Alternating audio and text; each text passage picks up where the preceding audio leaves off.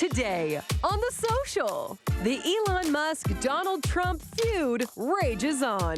The bros are fighting, but who will come out on top in this reality show-style breakup? And is it curtains for Patti LuPone? We react to the dramatic open letter signed by 500 performers to rescind her invite to last night's Tony Awards. Then, city slicker or suburbanite. It's in your genes. Find out how your brain holds the key to where you should live. Plus, a look at Elio, a sci-fi adventure about a boy who dreams of being abducted by aliens, with Oscar-winning Canadian filmmaker Domi Shi. It all starts now on The Social.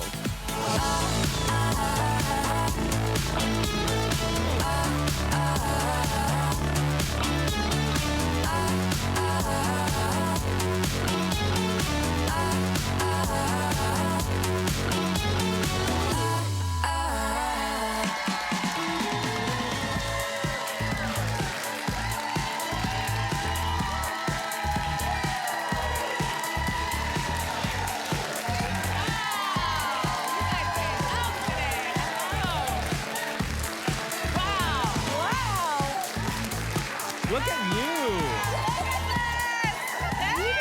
Beautiful. Love that. Hello, everybody. Thank you for that warm welcome. Have a seat. Thank you. You all look fabulous.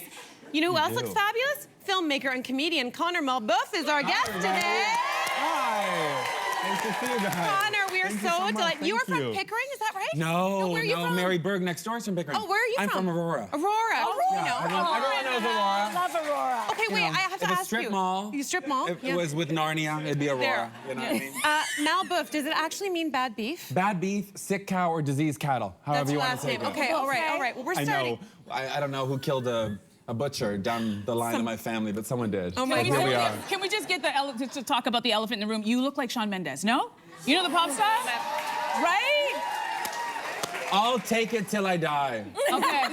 I usually say I'm his ugly brother, but that'll work. Oh, you're the good-looking older brother. We like it, all right? So let's dive in. We got a lot to talk about today. So we're starting with the breakup everyone is still talking about. Talking about Donald Trump and Elon Musk. Their epic fallout. Oh, you guys are not happy. Their epic fallout started after Musk stepped down as head of the Department of Government Efficiency and openly criticized the president's tax and spending bill, saying it would add trillions to the deficit. It then escalated to the two of them trading insults and threats on social media platforms, X and Truth Social. I know, the girls were fighting, honey. Okay, so who will come out on top in this reality show-style breakup? What do you guys think? Musk? Trump? Oh, wow. Well, I got money on Musk, so it's got to be Musk. You have it on Musk. How come? Pauly Market, $100. American, so you know I'm American dollar. okay. So what, 800 Canadian? Yeah. You're not I mean, wrong. Andrea said it correct. The girls are fighting. The girls are fighting, honey. The only way to solve this is you just put them both in WWE Raw. Yes! True. Oil them up, take off the leash, see who wins. Good bet. Take off the leash. Start betting. Do you feel like there hasn't been a recent story that is simultaneously funny and absolutely terrifying at the same time? I know. Because this fallout, this rift could have huge consequences for like real normal people, which makes me afraid. But I have to say, if I were Musk, I'd be so mad. I'd be so, just imagine you're the richest man in the world. You have a rocket, a social media empire. You have like 14 or more kids. You buy an election. I know. And the president sells you out like Look, this. Elon tried to colonize Mars. Yeah. Trump tried to colonize Canada. I mean, I see a through line. Christopher Columbus is thrilled right now. Oh my God. He's up there. Oh, sorry. He's down there just thrilled about that. See what you did there. See what you did there. That was clever. I don't know about you guys, but Thursday night, I was just like, you know, going on social media and I saw this and I immediately texted my partner and I said, is this for real? And he said, I don't know. Yeah. This is the world we're living in where you see it and you actually think, did AI create this or this is, and it is real. And then I was like, it's exactly what you're saying. Is this WrestleMania or is this like, as the New Yorker named it, we are in Trump's As the Trump Turns? Oh like my God, that's it's clever. actually like a soap opera. And the thing is that we know about soap operas and reality shows is that people come and go, characters come and go. And so the question I have is like, is this just a grand distraction from the riots that have taken place today? Like, listen, I'm with you. I think this story is as fake as a $3 bill, or as the Trump administration likes to say, fake news. And I'll tell you why. First of all, Elon's in trouble. Ever since he started with Doge, his Tesla stocks have taken a nosedive, and he has to do something, or he's going to lose everything. So I see what's going on here, and it is Steve Bannon, who is Donald Trump's former right hand, who gave us the playbook on this. He's like, this is what you do. The media is lazy, so you put weird stories out there, they all run after it, and then you get other things done. You flood the zone. You flood the zone. That's exactly what it called it. And if you think about it, there were shots fired, but there were no bullets in that gun. First of all, Elon's like, oh, he doesn't want to release, Donald Trump doesn't want to release the Epstein files because he's in it. We already know that. It's all over the internet, right? So that's nothing. 100%. Also, he knew. Everybody knows. If Elon knew that he was in the Epstein files, why would you campaign for him? Yeah, exactly. You know what I mean? And then Trump says that he knew Elon was using drugs during the campaign. Thank you. So, and then you put him in charge of the Department of Government Efficiency? Yep, exactly. And talking about that, because Elon's like, well, I helped him win the election. Duh, we already know that. And Donald Trump, and actually, has talked about that publicly. Right, and we all know that, but these are things that have already been said publicly. This is why I'm not believing this feud. Again, shots fired, no bullets. This is all nonsense. This is just them trying to manipulate and coerce people to believe that they're feuding so that he can bring his Tesla stocks back up. I see what they're doing. I'm not... I'll tell you what, I will believe that this is a real feud the minute I see Elon get on a plane to either El Salvador or back to South Africa and get deported from the United States. When I see that, I'll be like, okay, the fight's real. Until I see that, I'm not falling for this. I'm not falling for it. Until then, I want a Love is Blind reunion of them. Throw them on there. Nick Lachey can host. Oh my God. Call it a day. You're really clever. Okay, let's stick with relationships, shall we? Someone wrote to the advice columnist at the Washington Post after finding out their wife's raunchy new novel is based on her actual life experiences. So here's the question. Would learning new raunchy details about your partner's past, would that bother you? You're not sure? First of all, oh, you guys are, okay. First of all, Cynthia, you could at least tell us that you're writing a book about your sex life. The very least you could do. Why do we have to fight like this? I thought we were friends, Cynthia. I thought we were friends. You know, it's funny you say that, though, because Jason often says he'll listen to my podcast and he'll be like, I didn't know this about you, or I'm discovering things about you through that, but I'm not working on this book. But I will say, this guy, this man says they are happily married, and they have been for 30 years. He loves this woman, okay? She started a blog, she started writing, she started including this stuff. She's written this book that's fictionalized, okay? And now he's worried about the people are going to be talking about this. To me, isn't the problem with him then? Yeah, I don't know. Absolutely. Like, he was fine. So you think he's not concerned so much about the details of what she did, if you've been but together about for like 30 years, telling your kids, like, oh, your mom's everything gonna mommy read it, wrote your about. neighbors are gonna read it, your employer's gonna read it. I think that's the issue. I'm like, his problem is that she's now too experienced? Is that the problem? I think that's it. I think that's it. I would love that problem. But, okay. You know what I mean? All jokes aside, though, there is a difference when we talk about gender, because if this was the husband writing the book, I don't even think we'd be discussing this. But when it's women and our sexuality, we all get like very like, oh my gosh, I can't believe she did that. And it's like, you all are all doing it. Yes. And it actually reminds me of a book that came out in 2005 called Confessions of a Video Vixen. I remember this. Do you remember this book? Yes. This is Stefan Cairns, and she was a video vixen at the time. I'd read and she it. wrote a book. She was approached by a publisher to write a book about all of her sexual trysts with big names. I'm talking LL Cool J, P. Diddy. Oh, honey, Jay-Z was in that book, everybody. And she was asked by Billboard magazine if she regretted writing the book. And it's like, well, she wrote the book and she was an adult when she had this sex, so why would she regret it? She's like, it's funny, you don't ask the amend that question. You just asked me, and I think there's always just like, again, this husband has the right to feel ways because it is his personal sex life, but I think there's a difference. I think if it was flipped, we wouldn't even be talking about it. Well, and men, I will say, straight men. Yeah. Straight men. Want a woman who's not experienced, and they want a woman who is experienced, and then you finally find somebody you can never be happy. Yeah. And so it's like, what do you want? Well, you're not asking. I mean? I'm not a straight man, so. All I know. Like you asked me that. If it's at Indigo, I'm buying it. Okay. Done. I'm gonna buy it. Or just send them both to Cancun. Put them in a honeymoon suite and let them go through it. Let nature take its course. I got it. You know what I mean? I like it. Okay, we are going to take a very quick break, and then this. Is it curtains for Patti LuPone? We're going to dig into the petition to keep her away from last night's Tony Awards. It's going to get juicy and hot in here. Stay with us.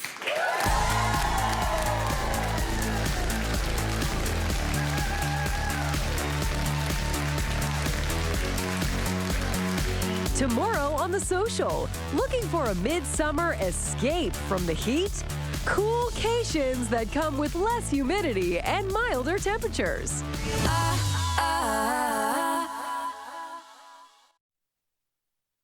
This week on The Social, we're checking into Hell Motel. Eric McCormick and Paula Brancotti give us the scoop on the wicked new horror series.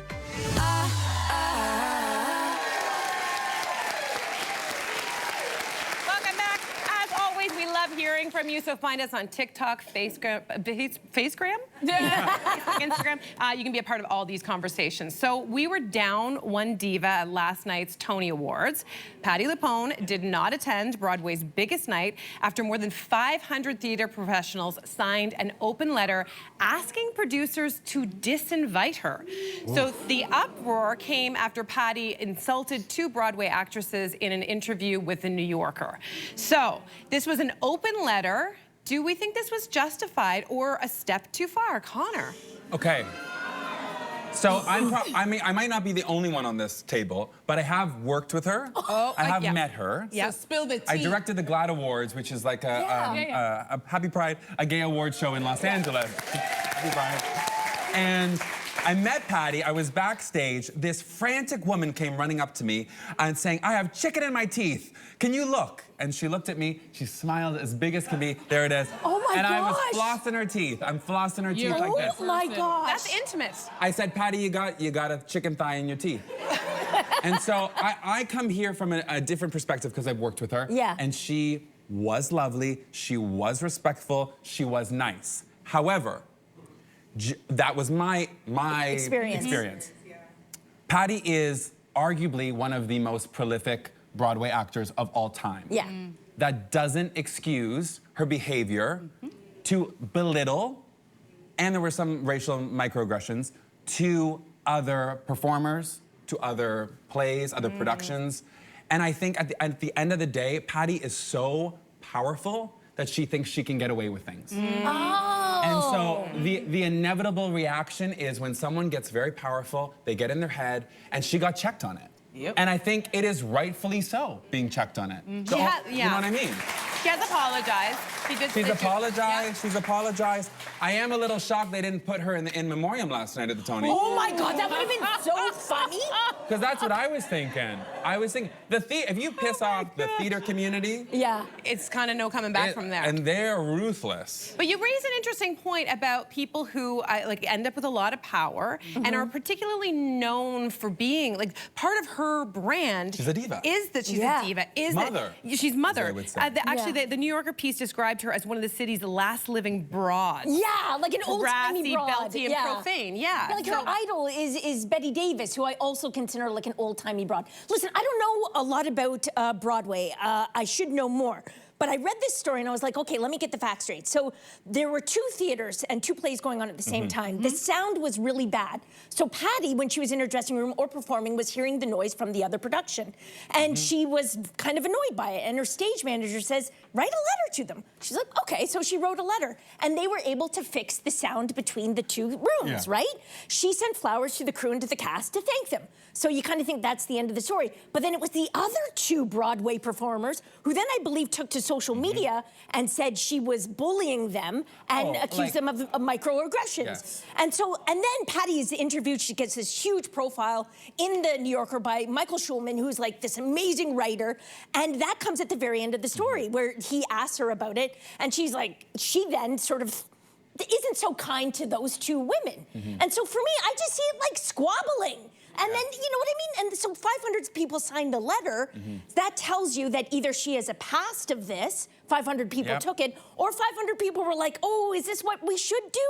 I'm going to sign it because I don't want to be labeled a bully either. Do you know what I mean? No, not at all. Not at all. I think if you can get 500 people to agree that they don't like you, honey, you're the problem.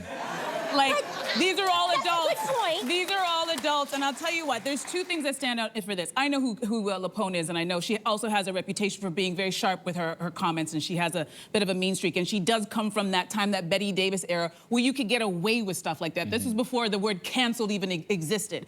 So I think that she's doing this because she's just so accustomed to getting away, and she's never had someone check her and go, no, you can't do this. So I think that's the first issue. The second issue, I watched the Tony Awards. I'm a Broadway nerd. I love all that stuff, and there was a theme throughout all of the acceptance speeches, which is them kind of saying, listen, we're the theater kids, we're the outsiders, and we found our network, we found our community, and we love each other. Do we have little squabbles? Yes, but at the end of the day, we have this wonderful, wonderful community. And then I think them signing is them saying, listen, Patti, you're outside of that. We don't do this publicly. Do you think they told her this to her face, though, ever? You don't do this publicly. You don't sit down. You can have this feeling. She can be angry that. But they were the ones that tweeted first. No. I'm just curious about the fact that she spoke to the media. It's the fact that she spoke to a reporter you go to the about New Yorker. her. You talk to your friends over They coffee. asked her about it. If you've got nothing nice to say it at brunch to your friends. Thank you. Not the New Yorker. She's too seasoned. She's too seasoned to know how this was going to turn out, which makes me believe that she is a bully. When you talk to the media, it's different. I don't even know why I'm defending her.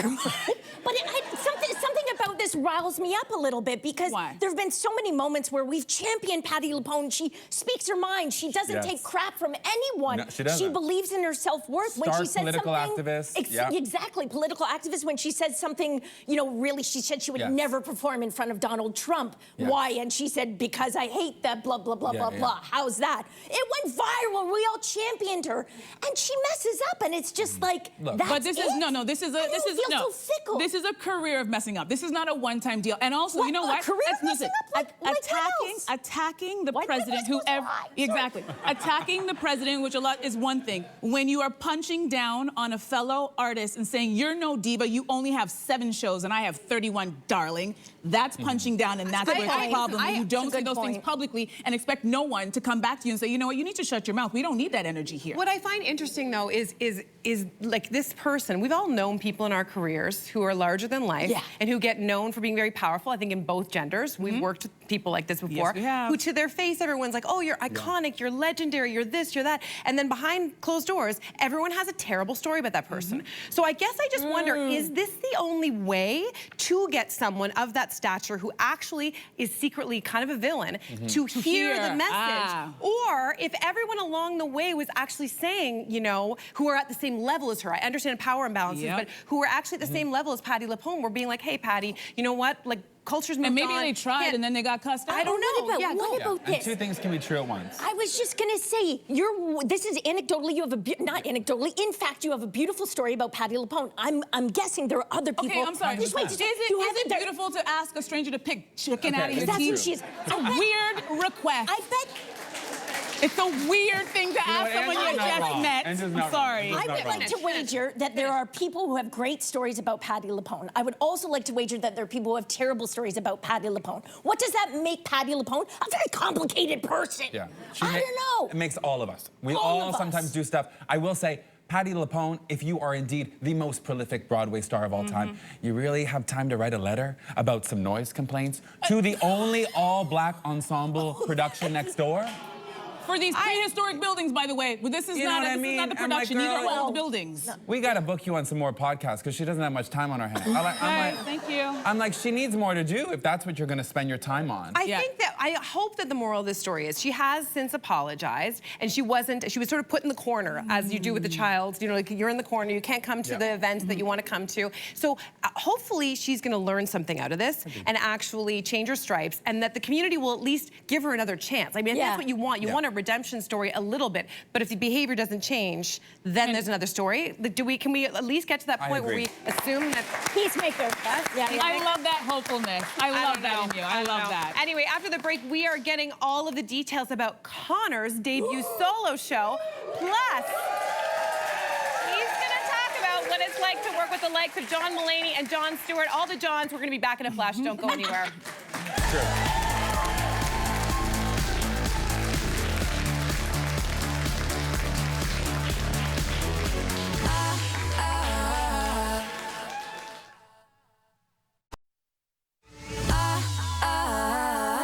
And look, while we're banning things that are just useless, I thought I would add to the list. First thing, menu QR codes at restaurants. No! Guys, it has been 4 years since the pandemic. I will personally buy every Applebee's franchise a printer.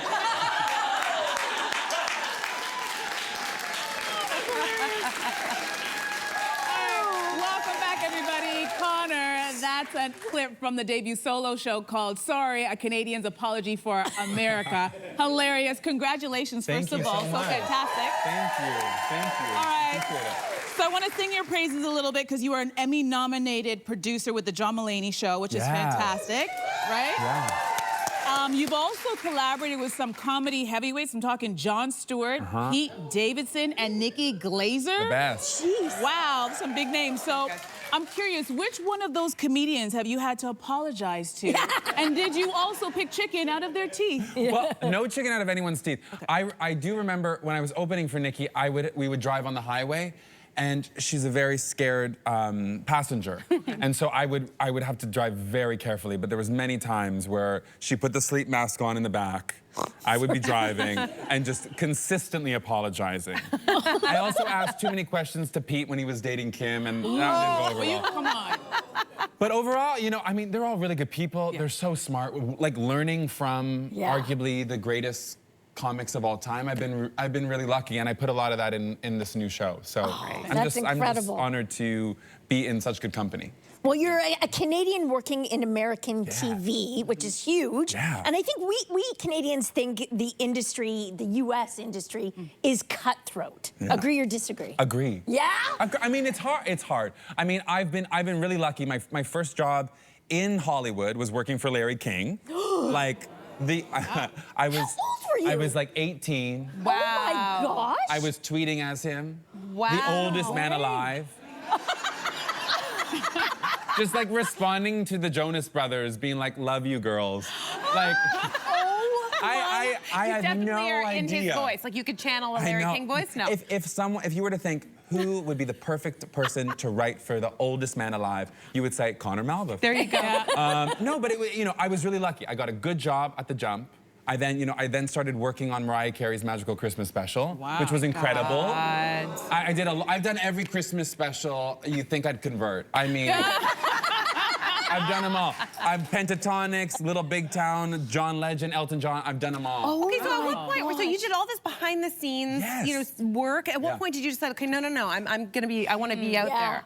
I will say, I think when you work, I work on Everybody's Live. I'm the producer on Everybody's Live with John Mulaney and Richard Kind. And every single day, I watch the best comedians in the world practice their craft over and over and over and over again. I see how they craft jokes, create stories, find their niche, find their voice. I had stopped comedy for 5 years. I took a hiatus while COVID was happening. And being back with these star-powered comedians, these smart people, I just said, this is the time. And I wrote the show right after Kamala Harris lost. So there was a lot permeating in my mind. I was like really frustrated. I was living in the States. I had lived through one Trump presidency. I had lived through a Biden presidency and now another Trump presidency. So there was so much on my mind. And when I moved to the States, it was a really weird time. You know, Roseanne was back on TV. Oh, right, we remember that. Anthony Bourdain just killed himself. There was a lot going on. Yeah. So it was a really important time to say, as a Canadian, we have this strong intuition when things start to go awry. And so I really, really dug my feet in and wrote a show that I'm so proud of and passionate about. Oh my gosh, that's incredible, Connor. Thank you. Well, we want to stick with the theme here of apologies Let's. and play a little game that we like to call Sorry, Not Sorry. Yes. So we'll present mildly controversial or awkward situations and declare whether we're actually sorry or not sorry. An audience, you're going to play around? Love. Everyone's got a paddle? Everyone's got their paddles? Okay, so first up, reading a text but not responding for days. Sorry or not sorry? Not sorry. Thank you. Yeah, Your not audience sorry. is up to the speed. Okay. Look, I can't text anyone back on time. Okay, all right. Well, We're busy. We got things to do. And also, like, don't take it personally. Yes. You know what I mean? If text messages were around a long time ago, I'm telling you, people would have been. It's not meant for us to be responding like this. This one's more controversial, this next one. Taking a full shopping cart into the express checkout. I'm gonna say terrible. Come on now. Yeah, that's bad sorry. behavior. Yeah, I mean, Not stories out there. no, I gotta take. Ma'am. No, I'm not taking my card. Okay, how about this? I need to take the little basket so I can sneak things out. I scan everything as a banana, 4011 every time. Oh my God, Sorry. okay, this is the code. How about this one? Exiting a party without saying goodbye to anyone. Yeah. Right? Yes. Yeah. Irish exit, I'm out of there. Right? Yep, yep. I don't need to give anyone else hugs. No. No. Just Just exit. get out of there. All right, so Yeah. the next one. Saying I'm on my way when you haven't actually left yet. Sorry or not sorry? Is that you do? Yeah, I'm doing that. On the way, I've just put my seatbelt on. Yeah. I mean, I'm in the drive-thru at Starbucks. Yeah. All the good intentions. 5 minutes away. Is that a mocha, sir? Shh, I'm on my way. Connor, you are so wonderful. Thank you so much for Thank you. joining us today. Okay, listen up. After a sold-out run in Los Angeles, you can still catch Connor's final performance of Sorry, a Canadian's Apology for America, right here in Toronto, June 14th at the Paradise Theatre. Make sure you grab your tickets. And after the break, we're going to find out how to tell if you have a city or a suburb brain, or both. I don't know. We're going to be right back. Don't go anywhere.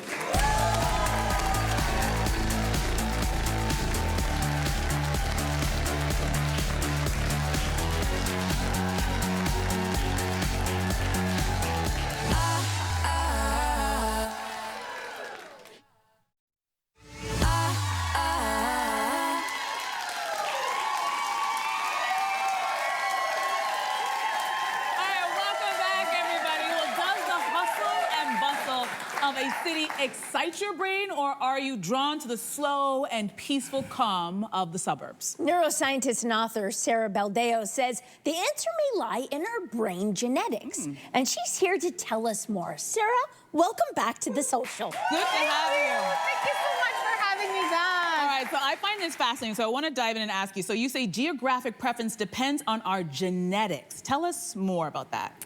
So some people are really exhilarated by the cities. Some people are really loving the suburbs. It turns out that that's not just personality or how you were raised. It really comes down to partly biology and partly evolution. And there's a gene called the COMT gene that determines how we react to those two different environments. Tell me more about the COMT gene. So there are two different variations. There's a vowel variation and a met variation. Okay. And depending on which one you carry and the combination that you carry, that's going to determine the nuance of how you react to the city versus the suburbs. Not everyone loves the city and not everybody loves the suburbs. That's very interesting. All right, so Okay, how okay. does this relate specifically to the life in the city versus life in the suburbs then? So as an example, if your combination is met, you are going to process dopamine much slower. And so it's going to take you a longer time to react to these stressors, to this hustle and bustle. If you are a vowel carrier, then you're going to process dopamine faster. And that's why you thrive in these environments that have all this constant stimuli 24/7. So it really depends on the genetic phenotype that you have. Oh my gosh. How do we know which type we have? So it's really cool. There is a genetic test that you can take to determine this, but you don't have to do that. You just have to pay attention to the signals that your brain is giving you. So if you're the kind of person that feels like you're thriving in the city and you love the noise, you love the lights, you love the city life, that's totally me, 100%, then you are Val. If you're the kind of person who wants to be sitting in your calm, peaceful house in the suburbs with lots of trees, if trees make you happy, then that is probably a Met carrier. And so that is just the clues that you get from your brain every day. I think they should switch the name of them. Who do I talk to? Think about it. Met is the person who likes the country more, but Met, like metropolitan, big city. How am I supposed to remember this? Huh? I'm gonna get working on it, Talk Jess. to someone. I'm gonna Thank do you. that. Are you questioning the scientist? This is All right, garbage. you know what? I just realized that I'm Val by that description. Yeah? So, but I'm wondering, is it possible to be a mix of both? It totally is. So you can be Val, which, as I said, means that you're processing dopamine faster. You can be Met, you're processing dopamine slower. We do see people that are a combination of both, and these are the people that have a mix of focus and flexibility when they're in an environment. And so they really can thrive in both environments. I can admit, I don't like camping. 3 days in nature, I'm done. Yeah. But I have friends. You're giving it 3? 3 days, 3 days. I have friends who like 7 days of portaging is their dream. That is, Andrea and I won't be doing that. That's not going to be us. No. So we hear genes and then we presume, let's talk evolution. So how did these variations evolve? What do they mean? So think about, thousands of years ago when we were nomads, we were adventurers, we were traveling. There were certain traits that we needed to prioritize. We needed to crave novelty and excitement. But then there's also settlers. Settlers and farmers, they needed to focus on routine, on social cooperation. And so these different types of evolutionary mechanisms still show up as a biological fingerprint today. That is so cool. Okay, but if you think about it, cities are more recent. It's more of a human-made creation. So aren't we all really hardwired to be out in nature with the trees, portaging and all? Thankfully for those of us who will not be canoeing anywhere, that is a common misperception. Okay. So it turns out that cities actually existed more than 12,000 years ago. There were urban settlements. So think like Egypt, Mesopotamia. But the real change happened during the agricultural revolution, which was 6,000 years ago. And what we really saw is all of a sudden we had two different kinds of people. We had farmers and we had nomads. And the brain really changed 6,000 years ago, and believe it or not, it shrunk. This is not a bad thing. The brain just got better at creating these superconductor channels. And so it's kind of similar to a computer. Back in the day, computers took a whole room. Now we've got an iPhone. And so the brain got better at coding for these different types of environment, and that's why our brain shrunk 6,000 years ago. So not everyone's wired for nature. The Canadian dream of the white picket fence in the suburbs is not my dream, but it really depends on the individual. That is so cool. Oh my goodness. So what are the signs that you might be living in the wrong environment for your brain? So this shows up as chronic fatigue, exhaustion, this feeling of being overwhelmed. If you ever feel like, oh my gosh, I am trapped, that means you have the cognitive friction in your brain. Your brain is sending you signals. And I think this is a really big, I'm born and raised in Toronto. I grew up here. I love being in a city, but a lot of people don't. And so when you feel this sense of I'm trapped in this environment, your brain is sending you these signals. That's why we need to focus on building more kind of complex urban environments where people can find spaces that align to their neurology. Wow. That is fascinating, because I'm just thinking, my girlfriend Gail, her husband's always asking me, don't you want to move to the suburbs? And I'm like, I don't know what language you're speaking, sir. Never, ever. Not the suburbs, but what if you would want to go like the full way, like country? On the farm? Or like just out in nature, having a beautiful house Send in the someone to woods? come and get me if that happens. All right, so this question. So what if you feel like your environment doesn't align with your brain? Can you rewrite your brain? So you can rewrite your brain, you can't rewrite your genetics, although gene editing is gonna be possible next year. let's not go too far down that rabbit hole. Okay. We won't go too far down that. But you can build up a neural tolerance. It's kind of like when you build up an acquired taste for food. And so you can do that with your brain by using coping strategies. So let's say a lot of people have to live in the city because of work. You can build up a neurological tolerance. You can use coping strategies, but you can't rewire your genetics. You just have to learn to tolerate the environment that you're in. Coping mechanisms. Sarah, this has been a truly fascinating conversation. Thank you so much. Thank you. Wow. So her book, 100 Ways to Future-Proof Your Brain in the Age of AI is out now. And studio audience, you're walking away with your own copy.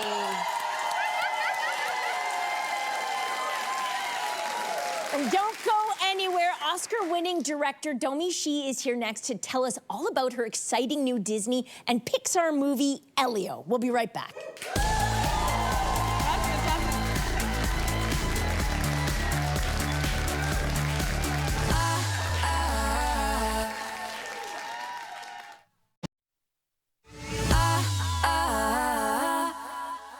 Who is responsible for you? Yes, it's me, the leader of Earth. And the negotiation is not over, because now I've got this. Gordon? Yes, and pretty soon he's gonna be done. Hi, Dad. I'm a bargaining chip. No, say the other thing. Oh, help me, Father. He overpowered me. He's too strong, too shredded. Welcome back. So that was a quick look at Disney and Pixar's latest feature film, Elio, a cosmic misadventure about a space fanatic with an active imagination and a huge alien obsession. Here to celebrate the film Crash Landing to Earth is the film's director. Let's make that Oscar-winning director, Domi Shi. To have you. Talk about Elio and why you wanted to make this story about this adorable little boy. Yeah, so Elio's this galactic space adventure. It's about this boy who always dreamed of being abducted by aliens because he just feels like he doesn't belong on Earth. He feels like an alien on Earth, and he feels like he belongs in the stars.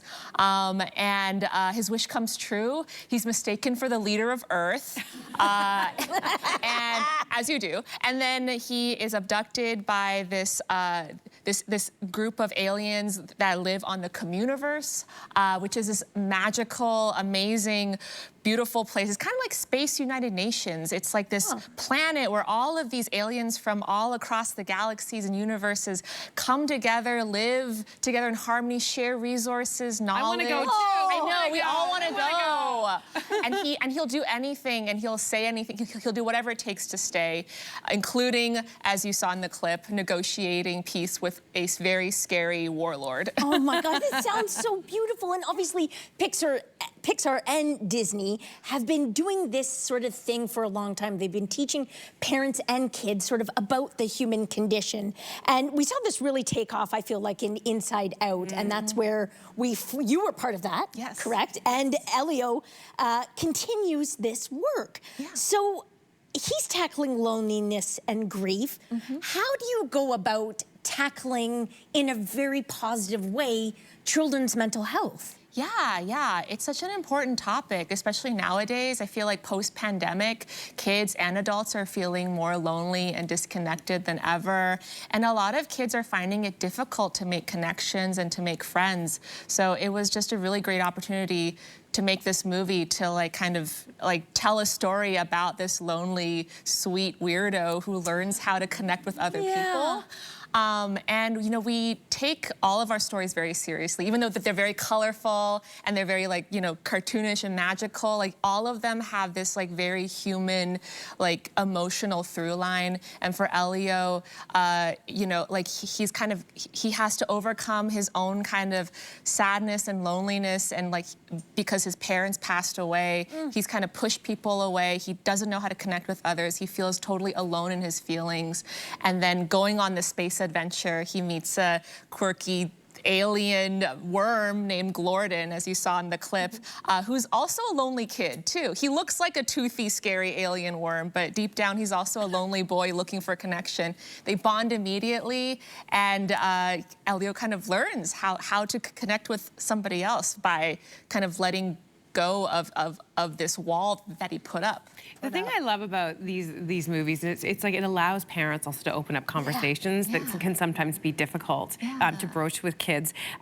Was that an important, like there is this sci-fi element you're talking about aliens. Do you think it makes it easier when you put it into like a different galaxy as opposed to setting it on Earth? I think so, because it's such a heavy topic, loneliness, and in order to I think make it more digestible for audiences of all ages, I think that's why we as artists use like visual metaphors like space, like a fantasy world, to kind of tell these deep stories. But you know, like there's a lot of research that goes behind these stories too. For Elio, we talked to child psychologists. We even talked to the U.S. Surgeon General at the time, Dr. Vivek Murthy, who's kind of doing this global campaign talking about the epidemic of loneliness in our youth today. And there was one thing that he said that really resonated with us as we were writing the story, which was people who are alone, like kids who feel alone, even adults too, they won't admit it. But that's the first step to curing your loneliness, is just to admit to someone, hey, I'm alone, I need help. And there's this really beautiful moment in the movie that's one of my favorite scenes, when after this really fun day where Elio and Glorden are bonding on the Communiverse and they're having a great time, they kind of sit together and Elio finally opens up and he finally kind of expresses this thing that's been nagging at him this whole time, which is maybe it's not Earth that I'm running away from, maybe that there's something wrong with me. And Glorden, who's sitting beside him, who's his first friend ever, just says, nah, dude, you're fine to me. You're great. And that's honestly what anybody wants to hear, that they're okay, that they're fine just the way they are. I feel like Pixar has this incredible superpower of making films that appeal to both children and adults. So what have you learned about appealing to both generations through the stories? Yeah, I mean, I feel like children are, people think sometimes that you need to simplify stories or dumb down stories to reach children, but children are very smart, they're very intuitive, they feel everything too. They just don't know really how to express it. And I think movies like Elio, Inside Out, help build their vocabulary and help them express what they're feeling. So maybe a kid who watches Elio can say, hey, I'm feeling kind of lonely, or I think I need a friend, and I think that's huge. But yeah, I think at Pixar we try to make movies for everybody, young and old, and the way we do that is we just show the movie many times. We screen the movie like 5, 6, 7, 8 times to different audiences, crew members. Sometimes we even have the crew members invite their families as well, and and we're constantly just feeling the audience, trying to understand if they're reacting the right way, if it's entertaining enough, if it's emotional enough. Well, this one clearly works, and all the ones that you've done. Thank you so much, Domi, for making the incredible movies that you have. We're gonna love this. And you should know that Disney and Pixar's Elio opens exclusively in theaters June 20th. You're not gonna wanna miss it, and don't miss us, because we're gonna be right back.